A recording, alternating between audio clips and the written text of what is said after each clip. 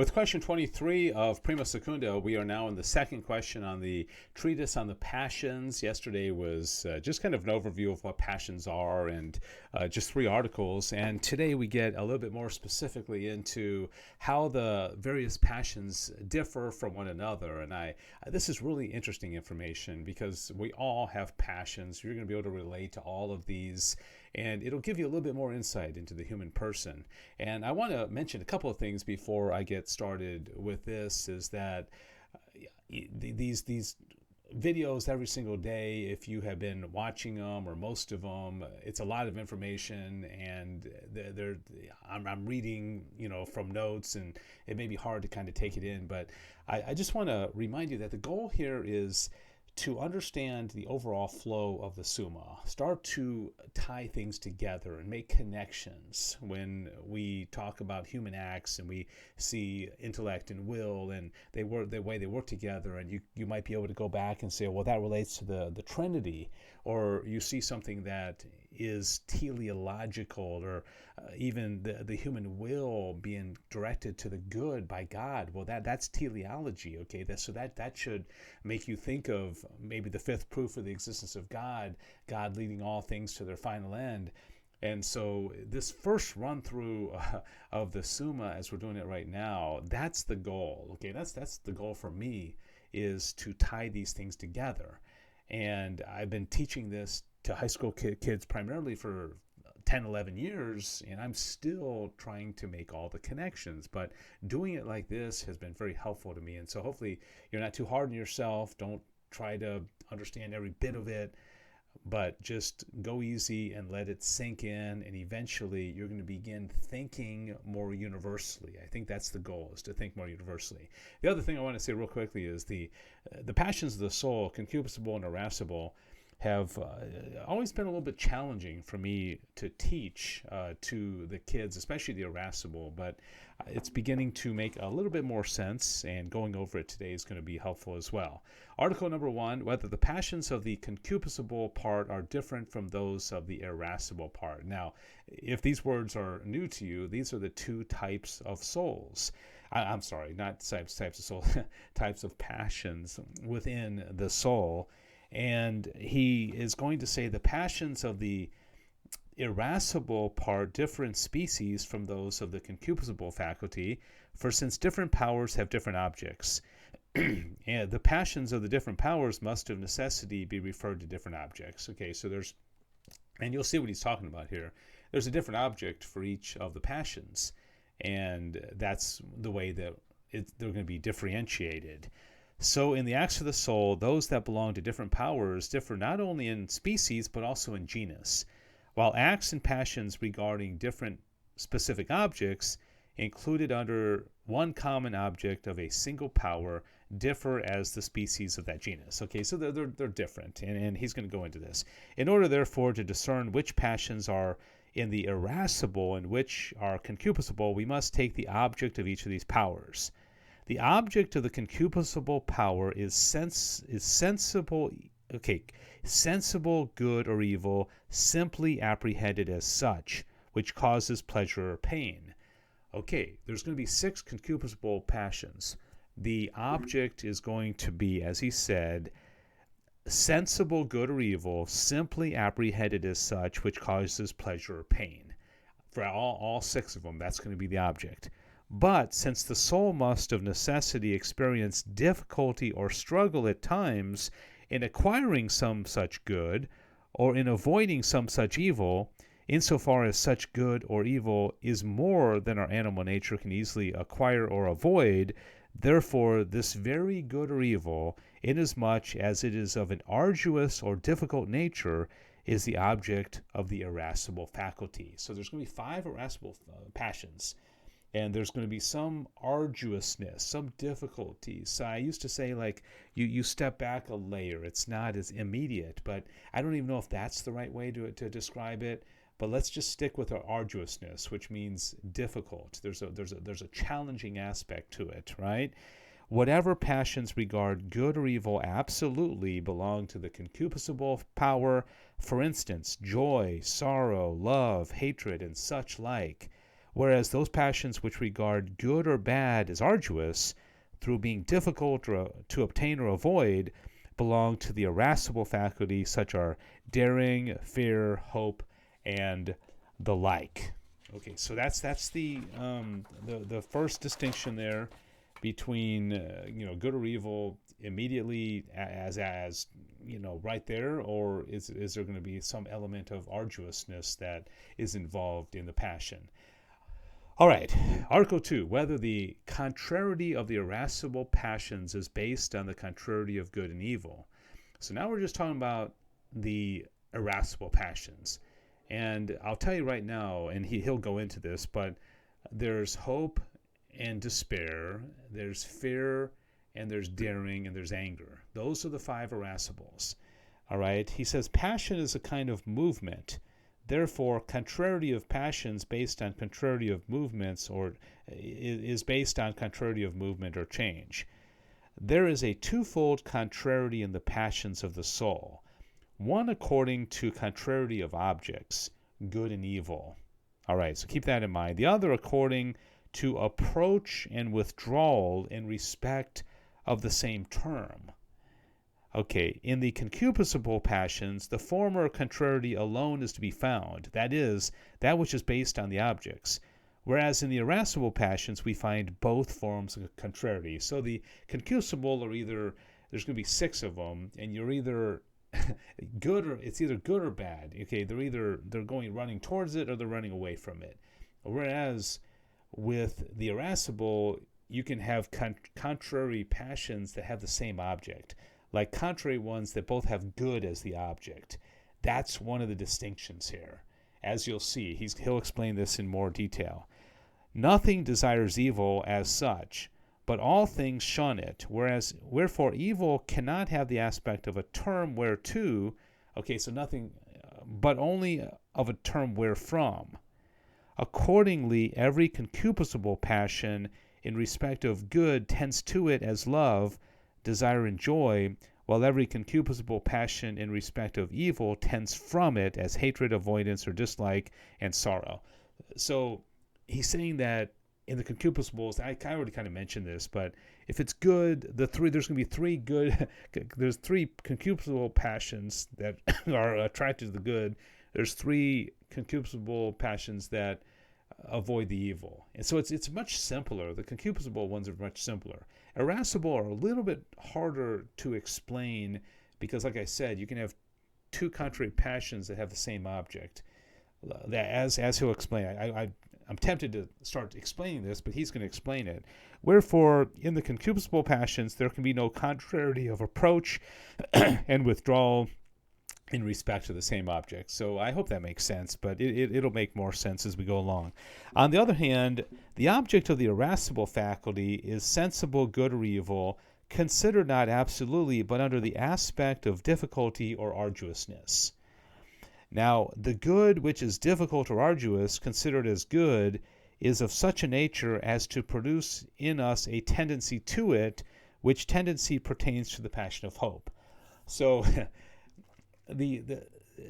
hope is drawn towards a good, but it's not a good that's present at the moment. That's why it's arduous. Okay, I can't hope to be holding a pen. I can't hope to have a YouTube channel. I have it. I can hope to, be president of the United States one day. Although actually, I don't think I can. Well, okay, I'm getting ahead of myself. But okay, whereas considered as arduous or difficult, it makes us turn from it, and this pertains to the passion of despair. So despair and hope have the same object. It's the arduous good. In one case, you run towards it. In the other, you run away from it because you don't think it's possible. And that's the definition of despair. So 2 contrary passions of the irascible have the same object. And that's never the case with the concupiscible. In like manner, the arduous evil, considered as an evil, has the aspect of something to be shunned, and this belongs to the passion of fear, but it also contains a reason for tending to it as attempting something arduous, whereas to escape being subject to evil, and this tendency is called daring. So fear and daring have the same object. It's evil. Fear runs away from it. Daring runs towards it. for reasons that we'll explain when we get into it more detail. Consequently, in the irascible passions, we find contrariety in respect of good and evil, as between hope and fear, and also contrariety according to approach and withdrawal in respect of the same term, as daring and fear. Okay, I hope this is making sense. I find it really interesting. Article 3, whether any passion of the soul has no contrary. All right, so this guy is giving it away. He's angry. There's nothing opposite of anger, as St. Thomas is going to explain right here. And he says the passion of anger is peculiar in this, that it cannot have a contrary, either according to approach or withdrawal, or according to the contrary of good and evil. For anger is caused by a difficult evil already present. Well, you're thinking, well, isn't that concupiscible? Isn't that hatred an evil present? Or, and when such an evil is present, the appetite must needs either succumb so that it does not go beyond the limits of sadness, which is a concupiscible passion, or else it has a movement of attack on the hurtful evil, which movement is that of anger. This is so interesting because sadness is in the presence of evil and you're sad, right? That's concupiscible. But anger is arduous in that it's almost like you haven't made a decision yet. You're faced with this evil, and you're either going to fall into sorrow or you're going to attack. You're going to fight. But it cannot have a movement of withdrawal because the evil is supposed to be already present or past. Okay, so can you withdraw from something you're angry from? You're already there. You're already angry. It's there. You haven't withdrawn. Thus, no passion is contrary to anger according to contrariety of approach and withdrawal.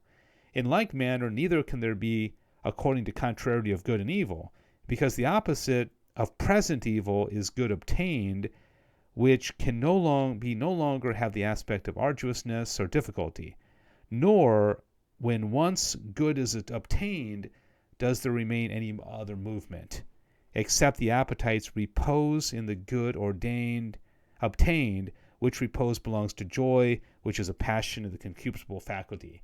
So I've always struggled to kind of figure out why isn't anger a concupiscible? Because it's a present evil that you're dealing with, just like hatred and love and these other concupiscibles, but it's different for reasons that he's explaining here. I don't know if I've explained it that well or if it makes sense to you, but it's different. It's arduous. Accordingly, no movement of the soul can be contrary to the movement of anger, and nothing else than cessation from its movement is contrary thereto. Thus, Aristotle says that calm is contrary to anger, by opposition not of contrariety, but of negation or privation. So if you stop being angry, you're calm. But he's saying that's not a contrary passion.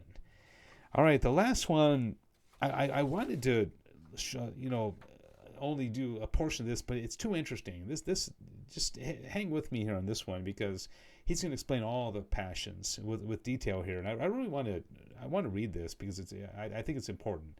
Whether in the same power there are any passions specifically different, but have no contrary to one another. So that's the title. But let me explain. Passions differ in accordance with their active causes, which in the case of the passion of the soul are their objects. So this is the last page, and he says, for every mover in a fashion either draws the patient to itself or repels it from itself. Now, in drawing it to itself, it does three things in the patient. Okay, he's talking about the concupiscible here. Because in the first place, it gives the patient an inclination or aptitude to tend to the mover. Okay? Secondly, if the generated body be outside its proper place, the mover gives its movement towards that place. So if it's right there, you're either going to, run away or run towards. If it's a little bit distant, you're either going to go towards it or you're going to want to avoid it, right? Thirdly, it makes it to rest when it shall have come to its proper place, since to the same cause are due both rest in a place and the movement to that place. So there's three little nuanced differences between these three pairs of concupiscible that he's about to explain, right? Now, in the movements of the appetitive faculty, good has, as it were, a force of attraction, while evil has a force of repulsion. In the first place, therefore, good causes in the appetitive power a certain inclination, aptitude, or connaturalness in respect of good, and this belongs to the passion of love, okay? An attraction to something good. Okay, so that's the first concupiscible. The corresponding contrary of which is hatred in respect of evil. See, now they have different objects. Love's object is the good, hatred's object is the evil, okay, unlike the irascible passions. Secondly, if the good be not yet possessed, it causes in the appetite a movement towards the attainment of the good beloved, and this belongs to the passion of desire, because you don't have it yet, or concupiscence, and contrary in respect of evil, the passion of aversion or dislike. So now you have your second couplet of the concupiscible passions, desire and aversion. Thirdly, when the good is obtained, it causes the appetite to rest, as it were, in the good, and this belongs to delight or joy, the contrary of which in respect of evil is sorrow or sadness. Okay, so that means you've got it. It's in your possession. You're either delighting and joyful, or you're sad about it. On the other hand, in the irascible passions, the aptitude or inclination to seek good or to shun evil is presupposed as arising from the concupiscible faculty, which regards good or evil absolutely. And in respect of good not yet obtained, we have hope and despair. In respect of evil not yet present, we have fear and daring. But in respect of good obtained, there is no irascible passion, because it is no longer considered in the light of something arduous. Okay, if you have it, it's not arduous. It's there. It's right in front of you. But evil already present gives rise to the passion of anger, which we described in the last article. Okay, last paragraph here. Accordingly, it is clear that in the concupiscible faculty there are three couples of passions: love and hatred, desire and aversion, joy and sadness. In like manner, there are three groups in the irascible faculty: hope and despair, fear and daring, and anger which has not a contrary passion. Last sentence. Consequently, there are altogether 11 passions, differing specifically 6 in the concupiscible faculty and 5 in the irascible, and under these all the passions of the soul are contained. Okay, those are probably something you should commit to memory. I know this was kind of long, but I thought it was important to go through all that because it's very important information. Thanks for spending this time with me on question 23 of the Summa and the Prima Secunda here on the passions. Tomorrow we'll get into question 24. God bless you. St. Thomas Aquinas, pray for us.